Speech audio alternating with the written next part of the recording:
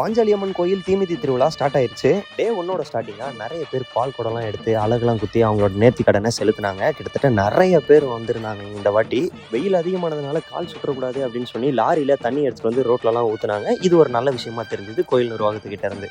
And இந்த வாட்டி நம்ம ஆஃபீஸ் போகணும் அப்படின்றதுனால நம்ம அழகு போடல. ஸோ காலையிலே வந்து ஒரு விசிட்டை போட்டுட்டு அப்படியே ஆஃபீஸ் கிளம்பி போயாச்சு.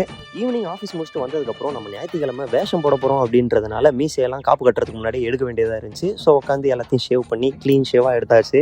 ஸோ அப்படியே கிளம்பி அரும்பாக்கத்தில் இருக்க நடுவாங்கிற சிவன் கோயிலுக்கு போயாச்சு. அங்கேருந்து தான் சாமி கிளம்பி போய் காப்பு கட்டுவாங்க. ஸோ கரகம்லாம் சிங்காரிச்சிக்கிட்டு நிறைய பேர் அவங்க காப்பு கட்டுறதுக்காக ரெடி ஆகிட்டு இருந்தாங்க. சந்தனம்லாம் பூசி நம்மளுமே சந்தனம்லாம் பூசி பக்காவாக ரெடி ஆகிட்டோம்.